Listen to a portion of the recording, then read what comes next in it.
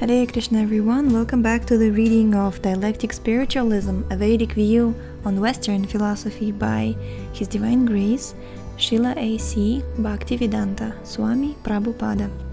And we are Shravanam Diaries podcast. I'm your host, Sulalita Devidasi.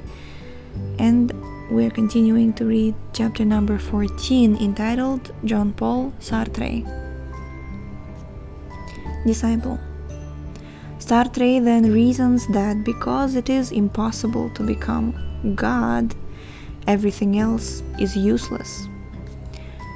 Srila Prabhupada, that is foolishness. You are not God, but God's servant. You have chosen to attempt to become God, but you have found this to be impossible. Therefore, you should give up this notion and decide to become a good servant of God instead of a servant of Maya, illusion. This is the proper decision. Disciple. Sartre concludes that since things have no reason to exist, life has no essential purpose. Srila Prabhupada. Nothing can exist without a purpose, which is given by the Supreme Being, the cause of all causes. The defect in such philosophies is that they do not have sufficient brain substance to go further than what they superficially see. They are not capable of understanding the cause of all causes. Many modern scientists also maintain that nature, Prakriti, is the sole cause of everything in existence. But we do not subscribe to such a theory. We understand that God is behind nature, and that nature is not acting independently. Nature is phenomena, but behind nature is the Numen, God, Krishna.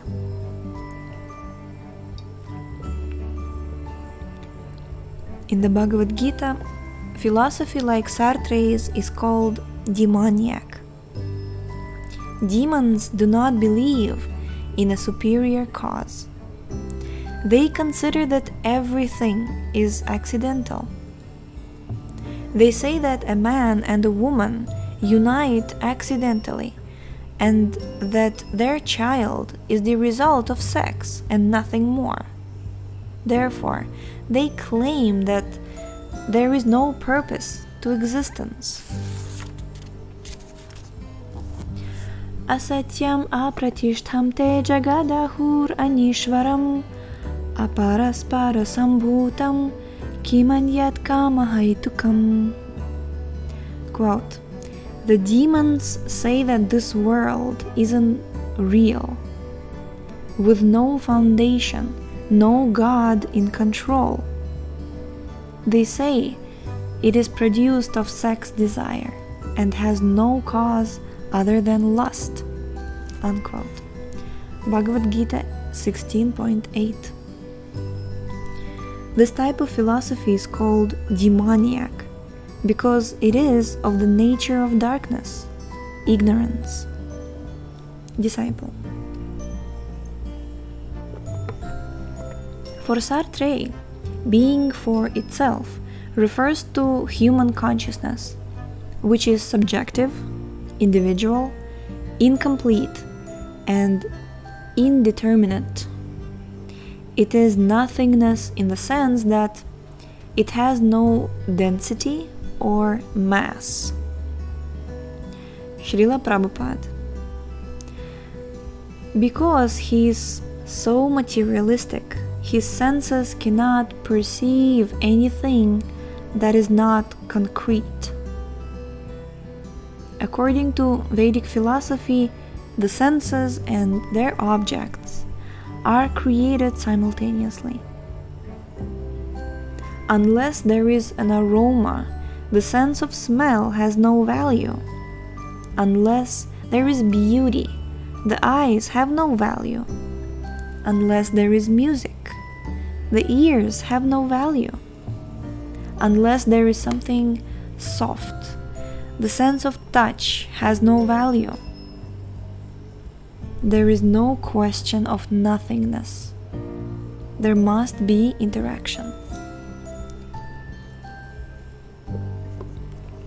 Disciple.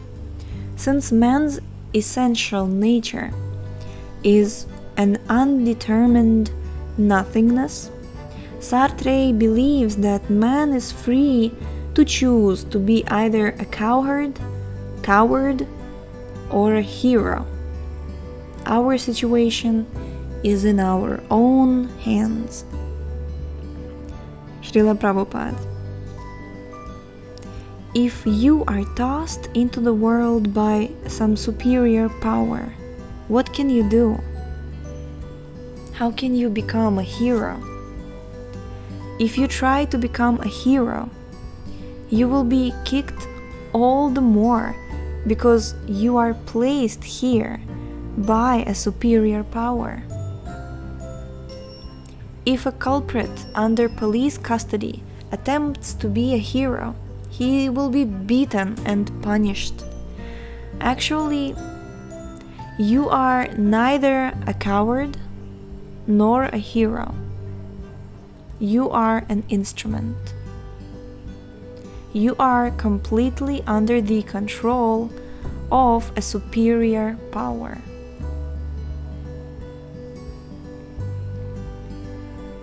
I was recently listening to one live stream of one of my voice design teachers. Her name is Seda Kasparova. She is Armenian origin. She's been working on TV for many years. She has a very successful school that teaches communication, basically speech, voice design. And she said this just with such sincerity in her heart. She said, I believe that all of us are instruments. I believe that we are serving others with what we have. And she said, you can call it anything. You can call it God, universe, or macaroni monster, spaghetti monster, I don't know how they but there is superior power and you are the instrument. And I heard that and I was like, Jai, this is Bhagavad Gita, straight Bhagavad Gita philosophy. Srila Prabhupada, Krishna in Bhagavad Gita, and Srila Prabhupada explains this concept that Krishna says, be my instrument. So we are instruments, whether we want to be instruments of Krishna or Maya. But in either case, we are completely under the control of a superior power.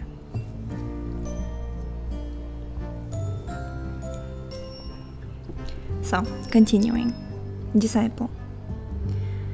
Well, if someone is attacking you, you have the power to choose to be a hero and defend yourself, or to run. Srila Prabhupada. It is not heroic to defend oneself. That is natural. If that were the case, even a dog would be a hero when he is attacked. Even an ant can be a hero. Heroism and cowardice are simply mental concoctions. After all, you are under the control of a power that can do whatever he likes with you. Therefore, there is no question of your becoming a hero or a coward. Disciple. Suppose someone is in danger and you rescue him. Isn't that being heroic? Srila Prabhupada. All you rescue is the external dress, exterior dress. Saving that dress is not heroism. It is not even protection. one can be a real hero only when he is fully empowered or fully protected. Such a person can only be a devotee because only Krishna can fully protect or empower. This is such a powerful topic we're talking about. Wow. I really like it. Disciple. Being free, man is subject to what Sartre calls bad faith, a kind of self-deception. Through bad faith, man loses his freedom and responsibility. Srila Prabhupada. You certainly have limited freedom to choose, but if you choose improperly, you have to suffer. Responsibility and freedom go hand in hand. At the same time, there must be discrimination. Without it, our freedom is blind. We cannot understand right from wrong. Disciple. A man in bad faith drifts along from day to day without being involved, avoiding responsible decisions. Srila Prabhupada. This means that he has decided to drift. His drifting is in itself a decision. Sartre. Disciple. Sartre believes that bad faith must be replaced by a solid choosing and by faith in that choice. Srila Prabhupada. But if he makes the wrong decision, what is the value of his action? Moths fly very valiantly and courageously into the fire. Is that a very good decision? Disciple. Isn't this so brilliant? It sounds so nice that, you choose, make good choices, put all your faith into your choice. But what if you make a wrong decision? You just fly like a moth into the fire.